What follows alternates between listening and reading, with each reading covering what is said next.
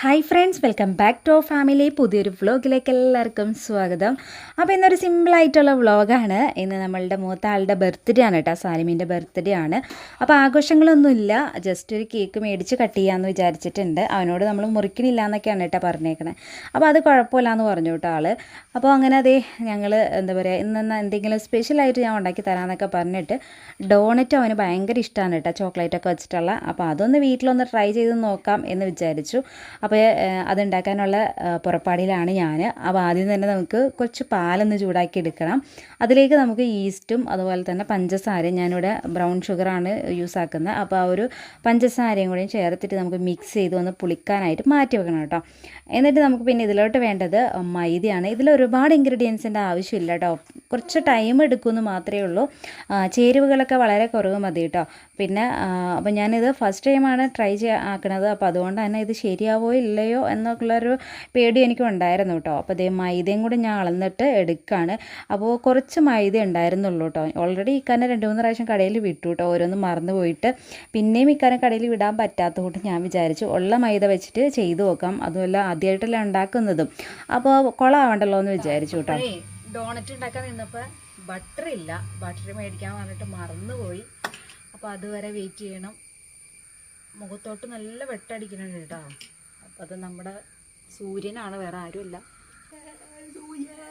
കണ്ട, നമ്മുടെ സൂര്യൻ മുഖത്തേക്ക് നല്ല വെട്ടടിക്കുന്നുണ്ട്. അപ്പോൾ ദേ നമ്മുടെ ബർത്ത്ഡേ ബോയ് ഇതാണ് കേട്ടോ. കൊച്ചനെടുത്തേടാ, കൊച്ചനായി ഇരുത്തല്ലേ. അപ്പോൾ കുഞ്ഞോളെ, അതിന് വിഷമം ഉണ്ടാകുന്ന ഇരുത്തല്ലേ കാലേ. കുഞ്ഞോളെ എവിടെയാ? അപ്പൊ ഇതാണ് കേട്ടോ ഞങ്ങളുടെ ബർത്ത്ഡേ ബോയ്. ഇപ്പൊ എത്ര വയസ്സായി? 12 വയസ്സാകുമ്പോ ഈ വീഡിയോ ഉണ്ടാവും. അതെ, മിക്കവാറും 13 വയസ്സാവാറാവും ഞാൻ ഈ വീഡിയോ അപ്ലോഡ് ചെയ്യുമ്പോഴേക്കും. അപ്പൊ ഏതായാലും ബട്ടർ കൊണ്ടുവരട്ടെ, അപ്പോഴേക്കും നമുക്ക് ഒരു പായസം കൂടി ഉണ്ടാക്കാം.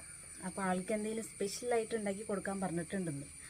അപ്പോൾ അതിനുള്ള ബാക്കിയുള്ള കാര്യങ്ങളൊക്കെ നമുക്ക് ചെയ്യാം. അപ്പോഴേ ഇന്നൊരു സ്പെഷ്യൽ പായസമാണ് കേട്ടോ. എന്നും ഈ സേമിയോ എന്താ പറയുക, വെട്ടടിക്കുന്ന കാരണം എന്താ പറയുക, വീഡിയോ കറക്റ്റ് ആവാനുണ്ടോ എന്ന് അറിയത്തില്ല. അപ്പം എന്നും നമ്മൾ എന്താ പറയുക, ഒരേപോലത്തെ പായസമൊക്കെ അല്ലേ ഉണ്ടാക്കുന്നത്. ഇച്ചിരി വ്യത്യസ്തമായൊരു പായസമാണ്, മാമ്പഴം വെച്ചിട്ടാണ് കേട്ടോ. അപ്പോൾ മാമ്പഴത്തിൻ്റെ കളർ കണ്ട് നിങ്ങളൊന്നും വിചാരിക്കുകയൊന്നും വേണ്ട കേട്ടോ. നല്ല മാമ്പഴമാണ്, നല്ല മധുരമുള്ള മാമ്പഴമാണ് കേട്ടോ. അപ്പോൾ കളറിലല്ല കാര്യമൊന്നും മനസ്സിലായല്ലോ. അപ്പോൾ നമുക്കിത് ആദ്യം തന്നെ ഒന്ന് ചെത്തിയൊക്കെ എടുക്കണം. നമുക്കിത് തൊലിയൊക്കെ കളഞ്ഞെടുക്കാം കേട്ടോ. അപ്പോൾ ഞാനിത് വീഡിയോ എടുക്കാൻ വേണ്ടിയിട്ട് വാങ്ങി വെച്ചേക്കണ കത്തിയാണ് കേട്ടോ. പക്ഷെ ഒരു കാര്യമല്ല, ഇവിടെ എന്ത് വാങ്ങി വെച്ചാലും എന്തേ എൻ്റെ മക്കൾ നല്ല സെറ്റപ്പാക്കി തരും. ഇതിൻ്റെ വായ്ത്തലയൊക്കെ കളഞ്ഞു വെച്ചേക്കുക. തന്നേ ഞാൻ വായ്ത്തര റെഡിയാക്കി തരാം, ഇപ്പം റെഡിയാക്കി തരാം. ഇപ്പം ഞാനിത് കട്ട് ചെയ്തിട്ടപ്പോൾ തൊലികൾ കിട്ടും. അങ്ങനെ അതേ ബട്ടർ വാങ്ങിക്കൊണ്ട് വന്നിട്ടുണ്ട്. അൺസാൾട്ടറല്ല അടിച്ചോ ഉടനെ സിപ്പോ അയ്യോ അലന്നല്ലോ.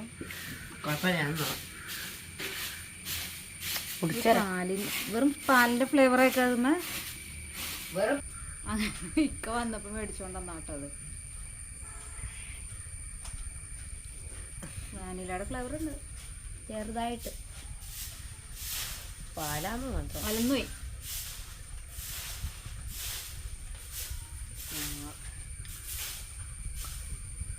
പാലിന്റെ ഫ്ലേവറാ. മാങ്ങ നന്നാക്കിക്കൊണ്ടിരിക്കണേ, പുഴുണ്ട്.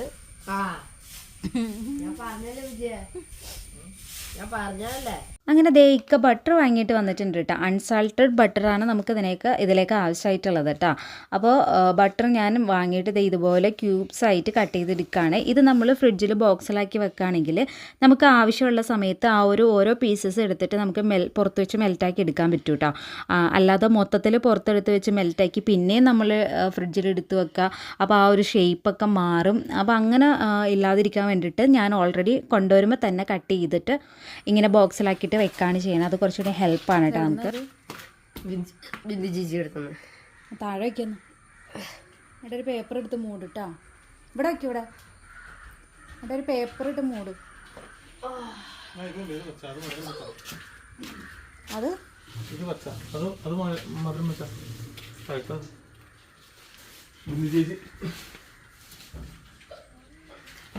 രണ്ടെണ്ണം ഉണ്ട്, രണ്ടും മൂടും.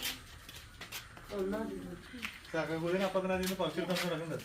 മതി മതി, അവിടെ പോണ്ട. ഒന്ന് പുറത്ത് കളിച്ച പുറത്ത് കളി.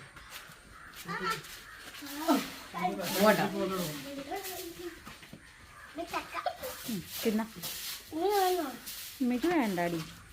അപ്പം ഞാൻ ദേ ഡോണറ്റ് ഉണ്ടാക്കണേൻ്റെയും പായസം ഉണ്ടാക്കണേൻ്റെ ഒക്കെ തിരക്കിലാണ് കേട്ടോ. അപ്പോൾ നമ്മുടെ കുഞ്ഞോളുണ്ട് അകത്ത്. അപ്പോൾ ഒരാൾ എന്തായാലും കുഞ്ഞോക്കളുടെ അടുത്ത് വേണം കേട്ടോ. അപ്പോൾ അത് ഏകദേശം മഴയൊക്കെ മാറി നിന്ന് വെള്ളമൊക്കെ വലിഞ്ഞിട്ടുണ്ട് മുറ്റത്ത്. അപ്പോൾ ഇന്ന് മുറ്റടിക്കാമെന്ന് വിചാരിച്ച് ഇക്ക പെട്ടെന്ന് തന്നെ മുറ്റമൊക്കെ അടിച്ച് കളയണതാണ് കേട്ടോ. അപ്പോൾ ഇവിടെ മുറ്റം അടിച്ചിട്ടും വലിയ പ്രയോജനമൊന്നുമില്ല. അപ്പം തന്നെ എന്താ പറയുക, ഇലകളൊക്കെ ചാടും, ചുറ്റിനും മരങ്ങളൊക്കെയാണ്. അപ്പോൾ അതുകൊണ്ട് കിട്ടിയ സമയം കൊണ്ട് ആൾ പെട്ടെന്ന് മുറ്റമൊക്കെ അടിക്കുകയാണ്. അപ്പോൾ നിങ്ങളുടെ ഹസ്ബൻഡ് എങ്ങനെയൊക്കെയാണ്, വീട്ടിലിങ്ങനെ ഹെൽപ്പൊക്കെ ചെയ്യുമോ, എന്നെ മുറ്റടിക്കാനൊക്കെ സഹായിക്കുകയൊക്കെ ചെയ്യുമോ? ഇവിടെ ഇക്ക സഹായിക്കുകയൊക്കെ ചെയ്യും കേട്ടോ. കാരണം എനിക്ക് ഓൾറെഡി പിള്ളേരുടെ കാര്യങ്ങളും ഫുഡ് ഉണ്ടാക്കാനും അത് കഴിഞ്ഞ് പാത്രം കഴുകാനും അത്യാവശ്യം നന്നായിട്ട് തന്നെ ജോലി ഉണ്ടാവും കേട്ടോ. അപ്പോൾ ഇക്ക വീട്ടിൽ വന്ന ദിവസം എന്നെ ഹെൽപ്പ് ചെയ്യുകയൊക്കെ ചെയ്യും. അങ്ങനെ ഞാൻ ദേ ഡോണറ്റിൻ്റെ പരിപാടിയിലേക്ക് ഇറങ്ങാണ് കേട്ടോ. അപ്പോൾ നമ്മൾ മൈദ എടുത്തിട്ടുണ്ട്, ബട്ടർ, ഒരു കോഴിമുട്ട, ആവശ്യത്തിന് ഉപ്പ്, പിന്നെ നമ്മൾ പൊങ്ങാൻ വെച്ചിട്ടുള്ള ഈസ്റ്റ് കേട്ടോ. അപ്പോൾ കുറേശ്ശെ ഒഴിച്ചു കൊടുത്താൽ മതി കേട്ടോ പാല്. കാരണം നമുക്ക് ആ ഒരു കറക്റ്റ് അളവ് അറിയാൻ പറ്റത്തില്ല. കുറേശ്ശെ പാൽ ഒഴിച്ച് കൊടുത്തിട്ട് മിക്സ് ചെയ്യുക. എന്നിട്ട് നന്നായിട്ട് സോഫ്റ്റ് ആവുന്ന വരെ നമുക്ക് കുഴച്ചെടുക്കാം കേട്ടോ. ഈ ഒരു ടൈമിൽ ഇതേ പിള്ളേർ കുറച്ച് ക്ലീനിങ്ങിലാണ് കേട്ടോ. അയാനും മുഹമ്മദും കൂടെയും അവരുടെ ചെരുപ്പ് വെക്കുന്ന സ്റ്റാൻഡാണ്. അപ്പോൾ അത് ഫ്രണ്ടിലാണ് നമ്മൾ വെക്കുന്നത്. അപ്പോൾ അത് കൊണ്ടുവന്ന് നന്നായിട്ടൊന്ന് തേച്ച് കഴുകുകയൊക്കെ ചെയ്യാൻ കേട്ടോ. നമ്മൾ പറഞ്ഞിട്ടൊന്നുമല്ല, അത് അവർ സ്വയം ചെയ്യണതാണ്. അപ്പോൾ സാലിയാണെങ്കിൽ ചെരുപ്പൊക്കെ കൊണ്ടുവന്ന് കഴുകണയാണ്. അതാണ് സാലിനെ കാണാത്ത കേട്ടോ. അപ്പോൾ ഇന്നിപ്പോൾ ഇങ്ങനെയൊക്കെ ചെയ്യണമെന്ന് നിങ്ങൾ വിചാരിക്കും, ഓ എത്ര എന്താ പറയുക, നല്ല വൃത്തിയുള്ള പിള്ളേരൊക്കെയാണെന്നൊക്കെ നിങ്ങൾ വിചാരിക്കും. അപ്പോൾ ചെയ്യുമ്പോൾ നല്ല വൃത്തിയിലൊക്കെ ചെയ്ത് വെക്കുകയൊക്കെ ചെയ്യും. നാളെ രാവിലെ തന്നെ ചെരുപ്പ് മുഴുവനും താഴെ ചടിച്ചിട്ടുണ്ടാവും കേട്ടോ. ആ ചെരുപ്പ് സ്റ്റാൻഡിൽ ചെരുപ്പ് കാണാറേ ഇല്ല. എന്താ പറയുക, മുഴുവനും ചുറ്റിനും ഇങ്ങനെ ഇട്ടേക്കണേ. എനിക്ക് വീടിന് ചുറ്റും ചെരുപ്പാണ് കേട്ടോ. നമ്മൾ പായസം ഉണ്ടാക്കണോ? എനിക്ക് മാങ്ങ. ആ പായസം ഉണ്ടാക്കിയിട്ട് തരാം. എനിക്ക് മാങ്ങ. പായസം ഉണ്ടാക്കി തരാം കേട്ടോ. കൈ കഴുകിട്ടോ പൗഡർ എടുത്ത് കൂട്ടി. കൈ കഴുകിയാ?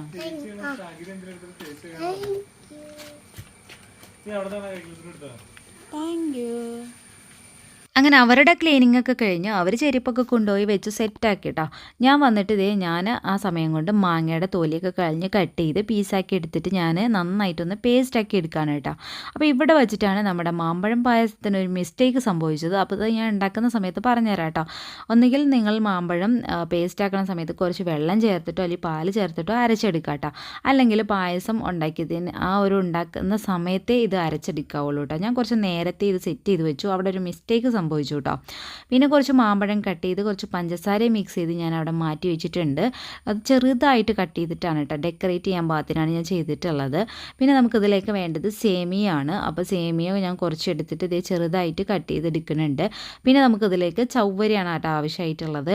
അപ്പോൾ മാമ്പഴത്തിൻ്റെ ആ ഒരു മിക്സ് നേരത്തെ നമ്മൾ അരച്ച് വയ്ക്കുമ്പോൾ കട്ട പോലെ ഇരിക്കും കേട്ടോ. നമ്മൾ പായസത്തിൽ മിക്സ് ചെയ്യുമ്പോൾ, ഞാൻ പായസം ഉണ്ടാക്കുമ്പോൾ നിങ്ങൾക്കത് മനസ്സിലാവും കേട്ടോ. അപ്പോൾ അതേ ഞാൻ ചവ്വരിയും എല്ലാം എടുത്തു വെച്ചു. ഇനി നമുക്കൊരു പാനിലേക്ക് നെയ്യ് ഒഴിച്ച് കൊടുത്തിട്ട് നമുക്ക് ആദ്യം തന്നെ സേമിയ ഒന്ന് വറുത്തെടുക്കാം.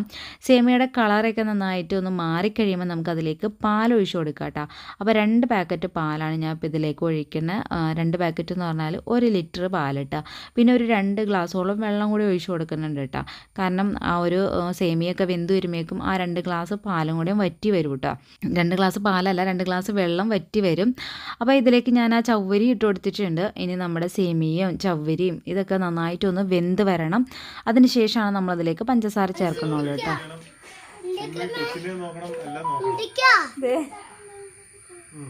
എന്നാ ഉണ്ടാക്കിയോന്നാ? എന്നെ ഉണ്ടാക്കിയോ? പായസം ഉണ്ടാക്കിയില്ല. ഇല്ല.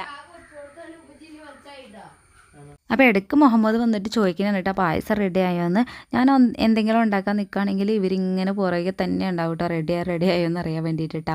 അപ്പോൾ അതേ ഈ ഒരു സമയത്ത് നമ്മളുടെ സേമിയയും ചവ്വരിയൊക്കെ നന്നായിട്ട് വെന്തതിന് ശേഷം മാത്രം നമുക്കതിലേക്ക് പഞ്ചസാര ചേർത്ത് കൊടുക്കുക കേട്ടോ. എന്നാലാണ് നന്നായിട്ട് ആ ഒരു സേമിയൊക്കെ പെട്ടെന്ന് വെന്ത് കിട്ടുള്ളൂ കേട്ടോ.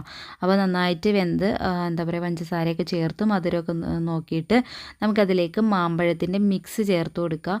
ഇവിടെയാണ് നമ്മളുടെ പായസം ഫ്ലോപ്പായത് കേട്ടോ. കാരണം എന്താണെന്ന് വെച്ചാൽ ഈ ഒരു സമയത്ത് ഞാൻ ഓൾറെഡി നേരത്തെ മാമ്പഴത്തിൻ്റെ ആ ഒരു പൾപ്പ് റെഡിയാക്കി വെച്ചതുകൊണ്ട് തന്നെ ഇതുപോലെ കട്ടിയായിട്ട് ഇരിക്കുമായിരുന്നു കേട്ടോ. ആ ഒരു ഈ പായസത്തിലേക്ക് നമ്മൾ മാമ്പഴം എപ്പോഴാണോ ചേർക്കണം ആ സമയത്ത് അത് അരച്ചെടുത്തേച്ചാൽ മതി. അല്ലെങ്കിൽ വെള്ളം കുറച്ച് കൂട്ടിയിട്ട് അരച്ചെടുക്കണം. അപ്പോഴാണ് ആ ഒരു പാലിലേക്ക് നമുക്ക് മിക്സ് ചെയ്ത് എടുക്കാനായിട്ട് എളുപ്പമാവത്തുള്ളൂ. ഞാനിത് ചേർത്തിട്ട് എന്ത് ചെയ്താൽ പായസത്തിലേക്ക് മിക്സ് ആവണുണ്ടായിരുന്നില്ല കേട്ടോ. സത്യം പറഞ്ഞാൽ ഇത് കാണുമ്പോൾ വേറെ പലതും നമുക്ക് ഓർമ്മ വരും. അപ്പോൾ എന്താ പറയുക, ഇങ്ങനെ പായസത്തിലോട്ട് മിക്സ് ആവാത്തതുകൊണ്ട് എൻ്റെ ശ്രദ്ധ മുഴുവൻ അതിലേക്കായി പോയി കേട്ടോ. ശരിക്കും പറഞ്ഞാൽ നമ്മൾ മാമ്പഴം പായസമൊക്കെ ഉണ്ടാക്കുമ്പോൾ മാമ്പഴത്തിൻ്റെ മിക്സ് ചേർത്തതിന് ശേഷം നമ്മൾ പെട്ടെന്ന് തന്നെ ഫ്ലെയിം ഓഫ് ചെയ്യണം. അല്ലെങ്കിൽ ഫ്ലെയിം ഓഫ് ചെയ്തിട്ട് വേണം ചേർക്കാനായിട്ട്. നല്ല പുളിയുള്ള എന്ന് വെച്ചാൽ അത്യാവശ്യം പുളിയൊക്കെ ഉള്ള മാമ്പഴമാണെങ്കിൽ ഫ്ലെയിം ഓഫ് ചെയ്തിട്ട് വേണം നമ്മൾ ചേർക്കാനായിട്ട് കേട്ടോ. അല്ലെങ്കിൽ എന്താ പ്രശ്നം എന്ന് വെച്ചാൽ നമ്മുടെ ഈ ഒരു പാല് പിരിഞ്ഞു പോകും. അപ്പോൾ ഞാനിത് മിക്സ് ആവാത്തതുകൊണ്ട് തന്നെ മിക്സ് ആവാത്തതുകൊണ്ട് അതിലിങ്ങനെ ശ്രദ്ധ പോയി ഞാൻ ഫ്ലെയിം ഓഫ് ചെയ്യാനും മറന്നുപോയി. അങ്ങനെ അവസാനം നമ്മുടെ പായസം പിരിഞ്ഞു പോയി എന്ന് വേണം പറയാനായിട്ട് കേട്ടോ. അപ്പോൾ എനിക്ക് ഭയങ്കര സങ്കടമായി പോയി. വേഗം പോയി ഉടുപ്പുവാറ് കേട്ടോ. അപ്പോൾ ഇതിൻ്റെ ഇടയ്ക്ക് നമ്മുടെ മുഹമ്മദ് പോയി, പിള്ളേരൊക്കെ കുളിയൊക്കെ കഴിഞ്ഞ് സെറ്റായി കേട്ടോ. അപ്പോൾ പായസം ആകെ ഫ്ലോപ്പായി പോയി. എനിക്ക് ഭയങ്കര വിഷമമായി പോയി. കാരണം ഇത്രയും സാധനം നമ്മൾ നശിപ്പിച്ച് കളയാൻ പറ്റുമോ? അപ്പോൾ നമ്മുടെ പായസം ഫ്ലോപ്പായി, പാല് പിരിഞ്ഞു പോയി. അത് എനിക്ക് ഭയങ്കര സങ്കടമായി പോയി കേട്ടോ. കാരണം ഞാനങ്ങനെ ട്രൈ ചെയ്തിട്ട് ഫ്ലോപ്പ് ആവാറില്ല പൊതുവെ, അതായിരിക്കാം. എനിക്ക് ഭയങ്കര സങ്കടമായി പോയി.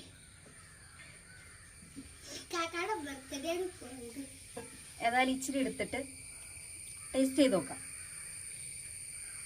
കുറച്ചെടുക്കണം കേട്ടോ.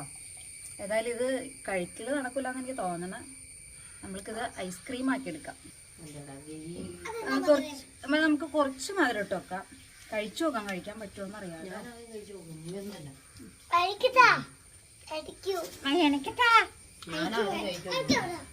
പായസം പിരിഞ്ഞത് അറിഞ്ഞോ നീ? മിക്സ് ആക്കട്ടെ.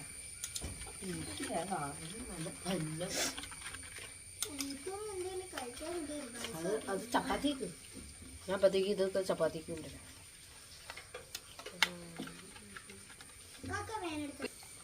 അല്ലാടാ ടേസ്റ്റ് ഉണ്ട്, പക്ഷെ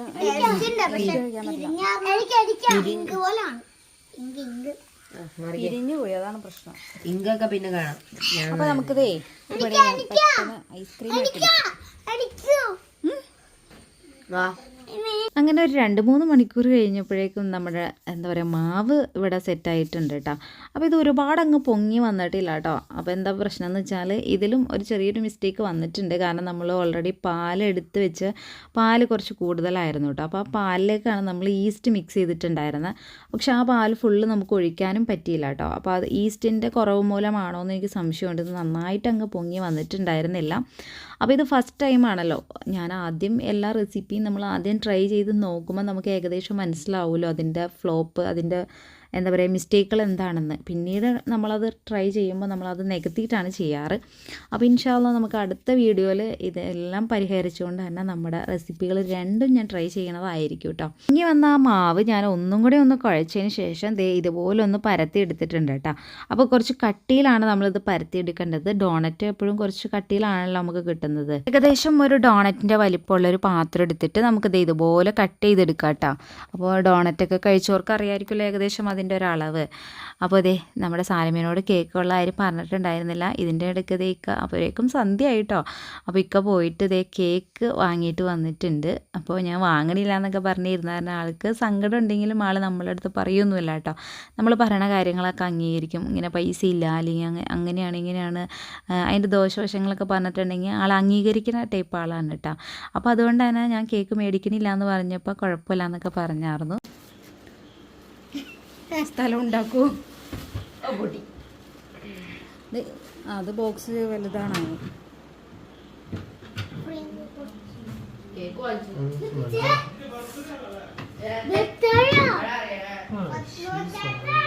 അത് ഉണ്ടാക്കാൻ വേണ്ടി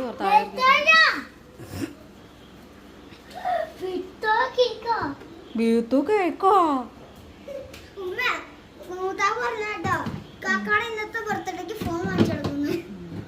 ഫോണൊന്നും ഉപയോഗിക്കില്ല. മുറിക്കാൻ പോണേ ഫോണൊക്കെ വലുതായിട്ട് സ്വന്തമായിട്ട് പണിയെടുത്ത് ഉണ്ടാക്കി മേടിച്ച എനിക്കതിനെ മൊബൈലൊന്നും ഉപയോഗിക്കണ്ട.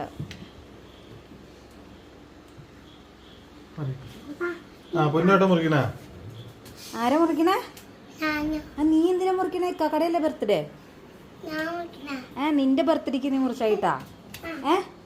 അങ്ങനെ അതേ നമ്മൾ കട്ട് ചെയ്തെടുത്ത ഡോണറ്റിൻ്റെ ആ ഒരു മാവിൻ്റെ സെൻറ്റർ ഭാഗത്ത് നമുക്കിതുപോലെ കട്ട് ചെയ്ത് കൊടുക്കണം കേട്ടോ. അപ്പോൾ ആ ഒരു സൈസിനുള്ള ഒരു അടപ്പ് എനിക്ക് കിട്ടി. അപ്പോൾ ആ അടപ്പ് വെച്ചിട്ട് ഞാൻ കട്ട് ചെയ്ത് കൊടുത്തു കേട്ടോ. അപ്പോൾ എന്താ പറയുക, ഇടയ്ക്കിടയ്ക്ക് എൻ്റെ മുഹമ്മദ് കുട്ടൻ ഇടയ്ക്കിടയ്ക്ക് ഒന്ന് അമർത്തിയൊക്കെ നോക്കണുണ്ട്. അതേ കണ്ടല്ലോ, പറഞ്ഞാലൊന്നും അനുസരിക്കുകയൊന്നുമില്ല. എൻ്റെ കൂടെ വന്നിങ്ങനെ ഇരിക്കും, എന്നെ ദേഷ്യം പിടിപ്പിക്കാനൊക്കെ ആയിട്ടാ. അപ്പോൾ അതേ നമ്മൾക്ക് ഏകദേശം ഡോണറ്റിൻ്റെ ഒരു ഷേപ്പ് ആയി കിട്ടിയിട്ടുണ്ട് കേട്ടോ. അപ്പോൾ അത് നമുക്ക് മാറ്റി വെക്കാം. ഇത്തവണ സാലിക്ക് ഗിഫ്റ്റൊന്നും മേടിച്ചിട്ടില്ല, ജസ്റ്റ് 2 പാൻറ്റ് മേടിക്കണമെന്ന് വിചാരിച്ചിട്ടുണ്ട്. ഓൾറെഡി പുള്ളിക്കാരൻ്റെ പാൻറ്റ് കുറവാണ് കേട്ടോ. ഇവർക്ക് 2 പേർക്കും എന്നാന്ന് വെച്ചാൽ സാലിയുടെ പാൻസൊക്കെ പെട്ടെന്ന് തന്നെ ചെറുതാവും. കാരണം അവൻ പാൻസ് ചെറുതാവല്ല, ആൾ വലുതാവണയാണ് കേട്ടോ. അപ്പോൾ അതുകൊണ്ട് തന്നെ പാൻസ് അവന് പാകമാവാറില്ല. അപ്പോൾ അത് അയാന് കിട്ടും.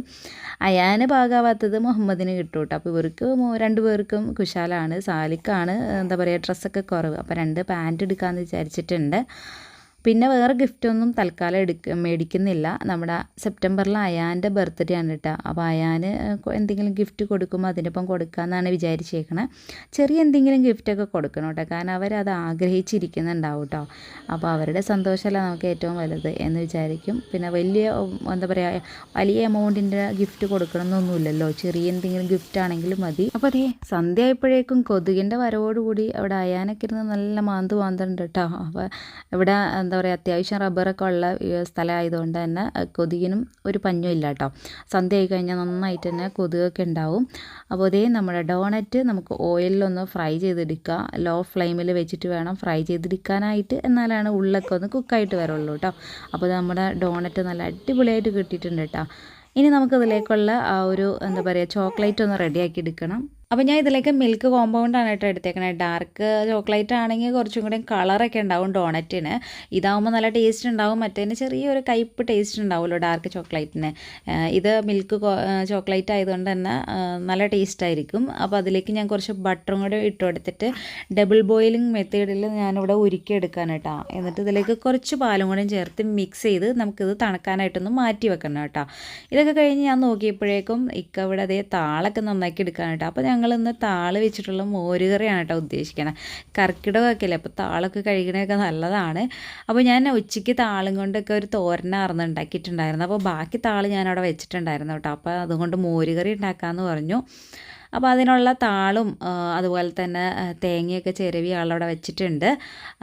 ഇതിൻ്റെ ഇടയ്ക്ക് ആൾ ക്രിക്കറ്റ് കളിയും കാണുന്നുണ്ട് കേട്ടോ. അപ്പോൾ അതേ എല്ലാം അടുക്കളയിൽ വന്ന് ഇങ്ങനെ നിരന്ന് നടക്കുന്നുണ്ട്. വേറെ ഒന്നുമല്ല, ഞാൻ ചോക്ലേറ്റൊക്കെ അവിടെ ഉരുക്കി വെച്ചിട്ടുണ്ടല്ലോ. അപ്പോൾ അതൊക്കെ കണ്ടിട്ട് ഇതേ ഒന്ന് തോണ്ടി നോക്കാനൊക്കെ ആയിട്ട് വന്നേക്കണെയാണ് കേട്ടോ. അപ്പം ഞാൻ അങ്ങനെ അങ്ങോട്ട് സ്ട്രിക്റ്റിൽ ഓടിക്കത്തൊന്നുമില്ല, എന്നാലും എനിക്ക് ദേഷ്യം വരുമ്പോൾ ഓടിക്കുകയൊക്കെ ചെയ്യും കേട്ടോ. പിന്നെ അതായത് നമ്മളുടെ വീഡിയോന് ഒരുപാട് പാത്രങ്ങൾ നിരത്തിയിട്ടുണ്ട്. അപ്പോൾ അതൊക്കെ ഒന്ന് കഴുകി വെക്കണം. അപ്പോൾ ഞാനതൊക്കെ സിങ്കിലേക്ക് കൊണ്ടുപോയി എന്താ പറയുക വെക്കാണ് കേട്ടോ. ഇനി ക്ലീനിങ് ആണ് നമ്മളുടെ ഏറ്റവും വലിയൊരു ടാസ്ക് എന്ന് പറയുന്നത്. അപ്പോൾ ഇപ്പോഴേ കുറേശ്ശെ ചെയ്ത് തുടങ്ങിയില്ലെങ്കിൽ ലാസ്റ്റ് കിടക്കാൻ നേരം ആകുമ്പോഴേക്കും എനിക്ക് ഭ്രാന്ത് പിടിക്കും കേട്ടോ. അപ്പോൾ അതേ മക്കൾ ഇടയ്ക്കിടയ്ക്ക് വന്നൊന്ന് തോണ്ടിയൊക്കെ നോക്കുന്നുണ്ട് കേട്ടോ. അപ്പോൾ നമ്മളുടെ ഡോണറ്റിനുള്ള ക്രീം റെഡി ആയിട്ടുണ്ട്, ആ ഒരു ചോക്ലേറ്റ് റെഡി ആയിട്ടുണ്ട്. കുഞ്ഞോളെവിടെയാ കുഞ്ഞോളെവിടെയാ നീല ബോക്സിൽ കുഞ്ഞോളെവിടെയാ കുഞ്ഞോളെവിടെയാ കുഞ്ഞോളെ ഞാൻ കുഞ്ഞോളൊന്ന് ചിരിപ്പിക്കാമെന്ന് വിചാരിച്ചിട്ട് ആൾ ചിരിക്കണേ ഇല്ല കേട്ടോ. അങ്ങനെ അതേ നമ്മുടെ ക്രീം ഏകദേശം തണുത്തിട്ടൊക്കെ ഉണ്ട്. നമുക്കൊന്ന് ഡോണറ്റ് ഒന്ന് മുക്കി നോക്കാം കേട്ടോ.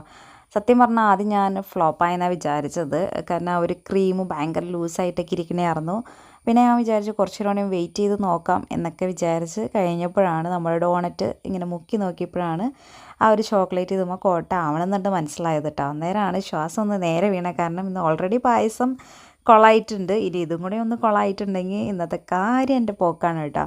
അങ്ങനെ ലാസ്റ്റ് ഇതേ നമ്മുടെ ഡോണറ്റൊക്കെ റെഡിയാക്കി ഞാൻ ദേ പിള്ളേർക്ക് കൊണ്ട് കൊടുക്കാണ് കേട്ടോ. Birthday പോയിക്ക്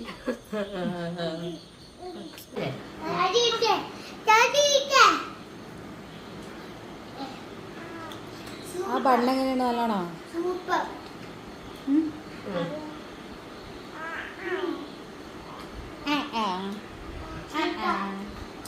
super.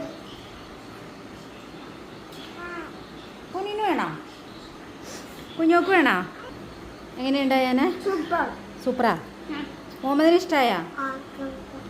ബർത്ത്ഡേ പുള്ളിക്ക് ഇഷ്ടമായ? നല്ല രസം. ആദ്യം കൊളായെന്ന് വിചാരിച്ചില്ല. ആദ്യം ഞാൻ ഒന്ന് പേടിച്ചു.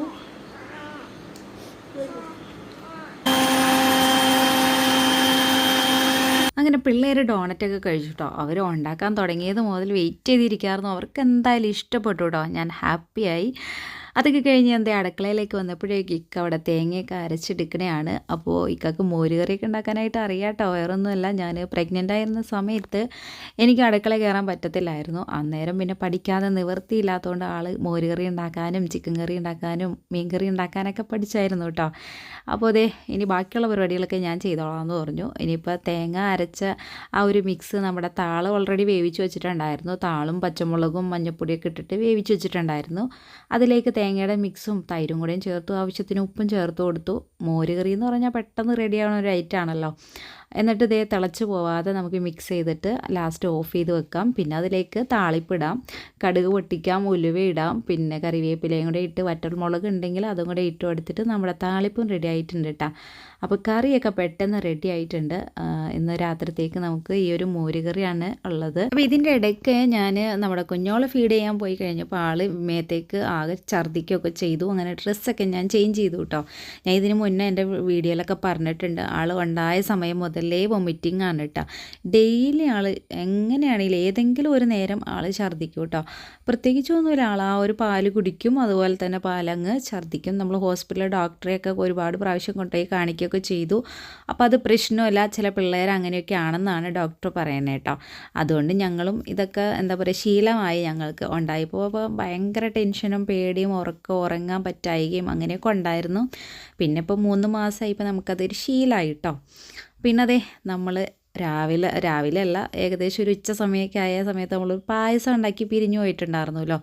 ഇനി നമ്മളതൊരു ഐസ്ക്രീം ആക്കി മാറ്റാൻ പോവാണ് കേട്ടോ. അപ്പോൾ ഞാനത് നന്നായിട്ട് തണുക്കട്ടെ എന്ന് വെച്ച് അവിടെ മാറ്റി വെച്ചിട്ടുണ്ടായിരുന്നു.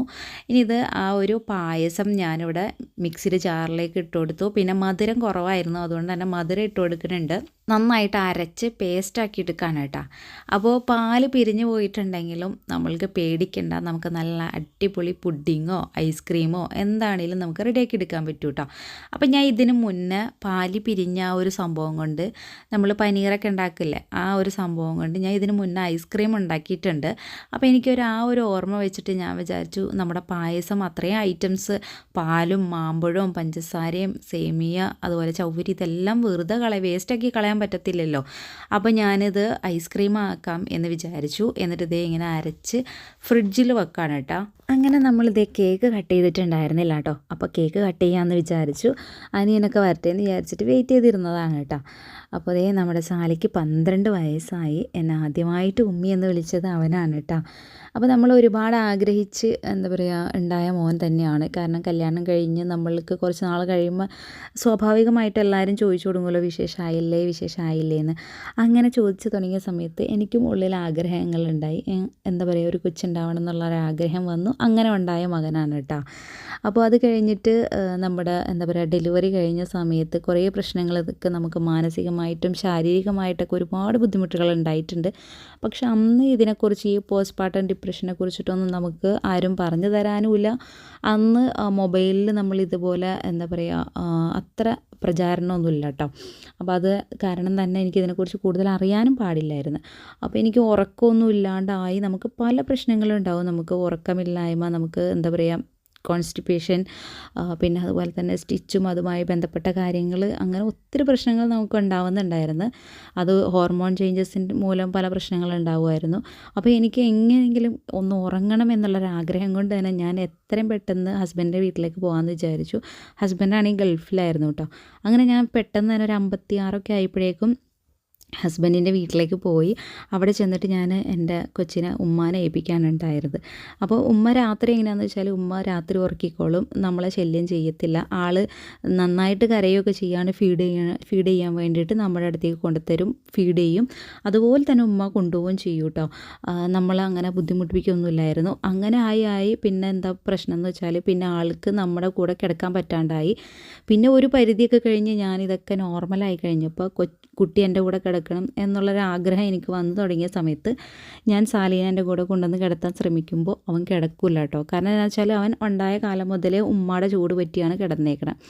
അപ്പോൾ അതുകൊണ്ട് അവൻ കിടക്കില്ലാതായി. അപ്പോൾ എൻ്റെ അടുത്ത് വാപ്പിച്ചി ഓൾറെഡി പറഞ്ഞിട്ടുണ്ടായിരുന്നു, നീ അങ്ങനെ കിടത്തി ശീലിപ്പിക്കണ്ട, ലാസ്റ്റ് കൊച്ചു വരത്തില്ല കേട്ടോ എന്ന് എന്നോട് പറയുമായിരുന്നു കേട്ടോ.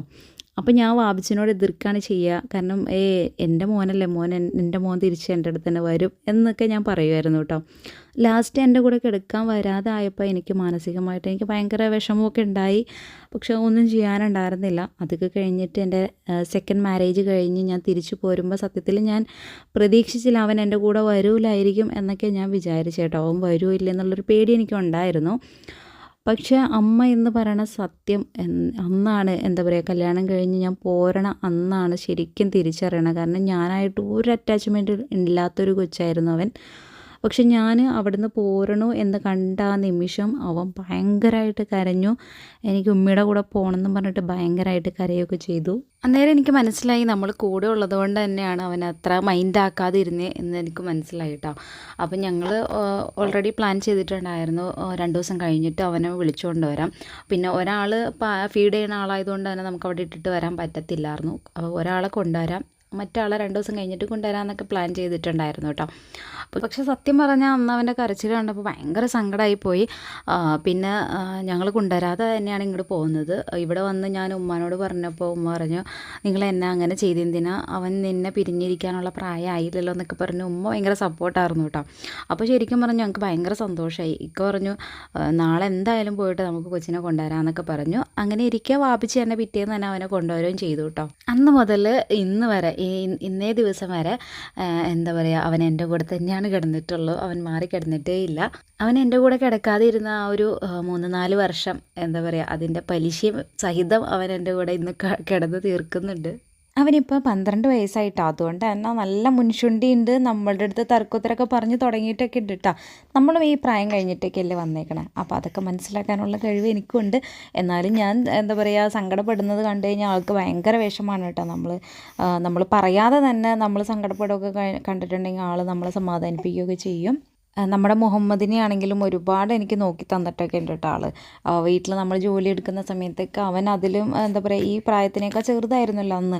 എന്നാൽ കൂടി നമ്മുടെ മുഹമ്മദിനെ ഒരുപാട് എനിക്ക് നോക്കി തന്നിട്ടുണ്ട്. അതുപോലെ തന്നെ നമ്മുടെ കുഞ്ഞോളെ പ്രഗ്നൻ്റ് ആയിരുന്നപ്പോൾ ഞാൻ ശരിക്കും കിടപ്പിലായി പോയായിരുന്നു കേട്ടോ. അന്നേരം എനിക്ക് ഒരുപാട് കാര്യങ്ങൾ, എനിക്കൊരു പെൺകൊച്ചി ഇല്ലല്ലോ എന്നുള്ളൊരു സങ്കടം എന്താ പറയുക എന്നെ അറിയിച്ചിട്ടേ ഇല്ല. അതുപോലെ നമ്മളെ സപ്പോർട്ടായിട്ട് നമ്മുടെ കൂടെ നിന്നിട്ടുണ്ട്. എന്താ പറയുക, ഇതുപോലെ തന്നെ അവൻ ഇനിയും നമ്മുടെ കൂടെ നിൽക്കട്ടെ എന്ന് പ്രാർത്ഥിക്കുന്നു. എന്നോടുള്ളതുപോലെ തന്നെ അവന് സഹോദരങ്ങളോടും ഉപ്പച്ചിനോടും എല്ലാവരോടും നല്ല സ്നേഹം തന്നെയാണ് കേട്ടോ. പിന്നെ എന്നാന്ന് വെച്ചാൽ ആൾക്ക് മുൻശുണ്ടി ആയതുകൊണ്ട് തന്നെ എല്ലാവർക്കും പെട്ടെന്ന് അവൻ്റെ ക്യാരക്ടർ അത്ര ഇഷ്ടപ്പെടണമെന്നില്ല കേട്ടോ. പക്ഷെ നമ്മൾ അമ്മമാർക്ക് എങ്ങനെയാണെങ്കിലും മക്കൾ ഒരുപോലെയല്ലേ. അപ്പോൾ ഏതായാലും വലുതായാലും ഇതുപോലെ തന്നെ അവൻ്റെ സ്നേഹം എനിക്കും എൻ്റെ കുടുംബത്തിനും കിട്ടട്ടെ. അതുപോലെ തന്നെ അവന് നല്ല രീതിയിൽ നല്ല സ്വഭാവത്തോടു കൂടി വളരാനും നല്ല ആയുസ്സോടുകൂടി, നല്ല ആരോഗ്യമുള്ള ആയുസ്സോടുകൂടി തന്നെ വളരാനും ഒക്കെ റബ്ബ് അനുഗ്രഹിക്കട്ടെ. ഈ സമയത്ത് നമുക്ക് പ്രാർത്ഥിക്കാം. എൻ്റെ വീഡിയോ കാണുന്ന എല്ലാവരും എൻ്റെ മകനും വേണ്ടി പ്രാർത്ഥിക്കണം. അപ്പോൾ അവൻ്റെ കുറച്ച് മെമ്മറീസ് ആയിട്ടുള്ള ഫോട്ടോസാണ് കേട്ടോ ഞാൻ ഇനി ഷെയർ ചെയ്യുന്നത്. അപ്പോൾ എല്ലാവരും കാണാം. ഈ ഒരു വ്ളോഗ് നിങ്ങൾക്ക് ഇഷ്ടപ്പെട്ടിട്ടെന്ന് വിചാരിക്കുന്നു. അഭിപ്രായങ്ങളൊക്കെ അറിയിക്കുക. മറ്റൊരു വ്ളോഗായിട്ട് നമുക്ക് വീണ്ടും കാണാം. അതുവരെയൊക്കെ ബൈ. Thank you.